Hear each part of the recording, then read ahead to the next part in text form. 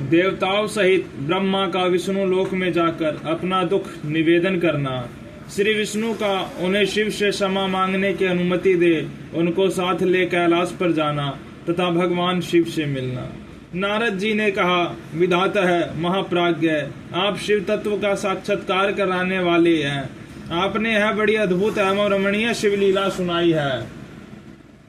तात वीरभद्र जब दक्ष के यज्ञ का विनाश करके कैलाश पर्वत चले गए तब क्या हुआ, यह हमें बताइए। ब्रह्मा जी बोले, नारद, रुद्रदेव के सैनिकों ने जिसके अंग भंग कर दिए थे वे समस्त पराजित देवता और मुनि उस समय मेरे लोक में आए। वहां मुझे स्वयंभू को नमस्कार करके सबने बारंबार मेरा सत्वन किया, फिर अपने विशेष कलेश को पूर्ण रूप से सुनाया। उसे सुनकर मैं पुत्र शोक से पीड़ित हो गया और अत्यंत व्यग्र हो व्यथित चित्त से बड़ी चिंता करने लगा। फिर मैंने भक्ति भाव से भगवान विष्णु का स्मरण किया, इससे मुझे समयोचित ज्ञान प्राप्त हुआ। तदंतर देवताओं और मुनियों के साथ मैं विष्णु लोक में गया और वहां भगवान विष्णु को नमस्कार एवं नाना प्रकार के स्तोत्रों द्वारा उनकी स्तुति करके उनसे अपना दुख निवेदन किया। मैंने कहा, देव, जिस तरह भी यज्ञ पूर्ण हो, यजमान जीवित हो और समस्त देवता तथा मुनि सुखी हो जाए वैसा उपाय कीजिए। देव देव रमानाथ देव सुखदायक विष्णु, हम देवता और मुनि निश्चय ही आपकी शरण में आए हैं। मुझ ब्रह्मा की यह बात सुनकर भगवान लक्ष्मीपति विष्णु, जिनका मन सदा शिव में लगा रहता है और जिनके हृदय में कभी दीनता नहीं आती, शिव का स्मरण करके इस प्रकार बोले। श्री विष्णु ने कहा, देवताओं, परम समर्थ तेजस्वी पुरुष से कोई अपराध बन जाए तो भी उसके बदले में अपराध करने वाले मनुष्यों के लिए वह अपराध मंगलकारी नहीं हो सकता। विधाता है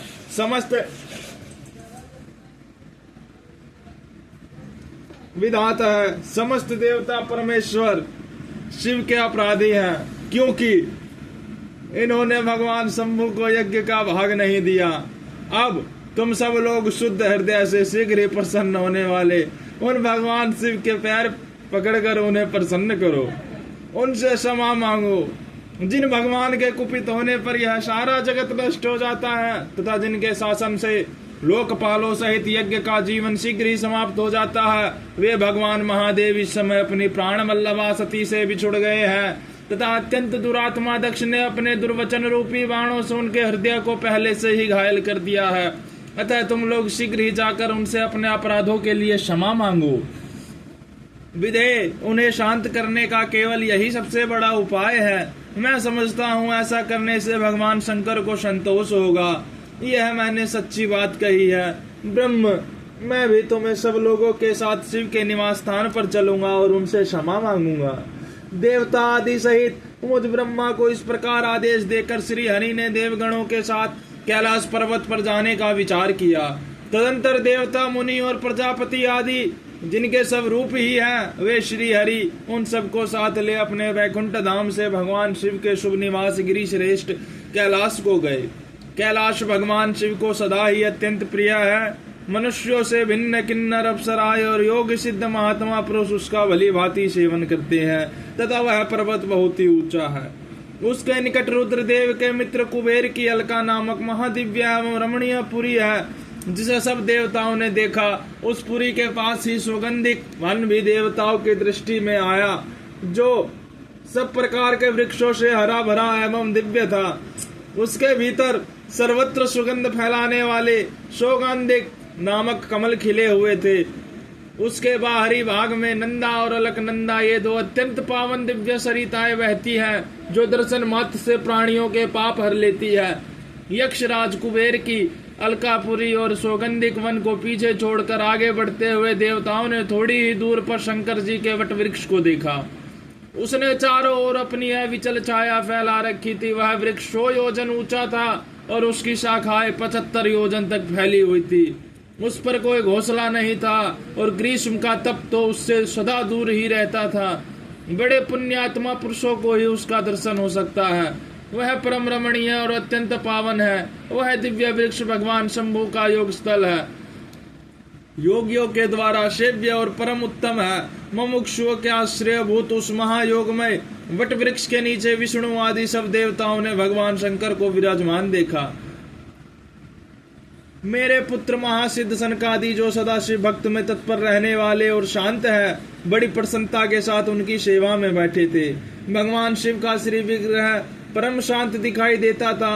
उनके सखा कुबेर जो गुहा के और राक्षसों के स्वामी हैं, अपने सेवक गणों तथा कुटुंबी जनों के साथ सदा विशेष रूप से उनकी सेवा किया करते हैं। वे परमेश्वर शिव उस समय तपस्वी जनों को परम प्रिय लगने वाले सुंदर रूप धारण किए बैठे थे। भस्म आदि उनके अंगों की बड़ी शोभा हो रही थी।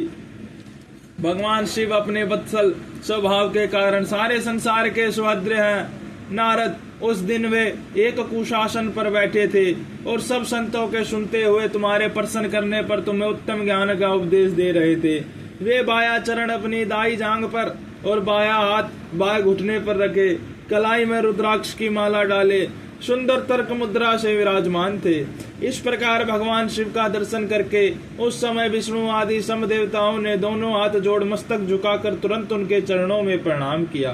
मेरे साथ भगवान विष्णु को आया देख सत्पुरुषों के आश्रयदाता भगवान रुद्र उठकर खड़े हो गए और उन्होंने सिर झुकाकर उन्हें प्रणाम भी किया। फिर विष्णु आदि सब देवताओं ने जब भगवान शिव को प्रणाम कर लिया तब उन्होंने मुझे नमस्कार किया। ठीक उसी तरह जैसे लोगों को उत्तम गति प्रदान करने वाले भगवान विष्णु प्रजापति कश्यप को प्रणाम करते हैं, तत्पश्चात देवताओं सिद्धों गणाधीशों और महर्षियों से नमस्कृत तथा स्वयं भी श्री विष्णु एवं मुझको नमस्कार करने वाले भगवान शिव से श्री हरि ने आदर पूर्वक वार्तालाप आरंभ किया। देवताओं द्वारा भगवान शिव की स्तुति। भगवान शिव का देवता आदि के अंगों के ठीक होने और दक्ष के जीवित होने का वरदान देना। श्री हरि आदि के साथ यज्ञ मंडप में पधार कर शिव का दक्ष को जीवित करना तथा दक्ष और विष्णु आदि के द्वारा उनकी स्तुति।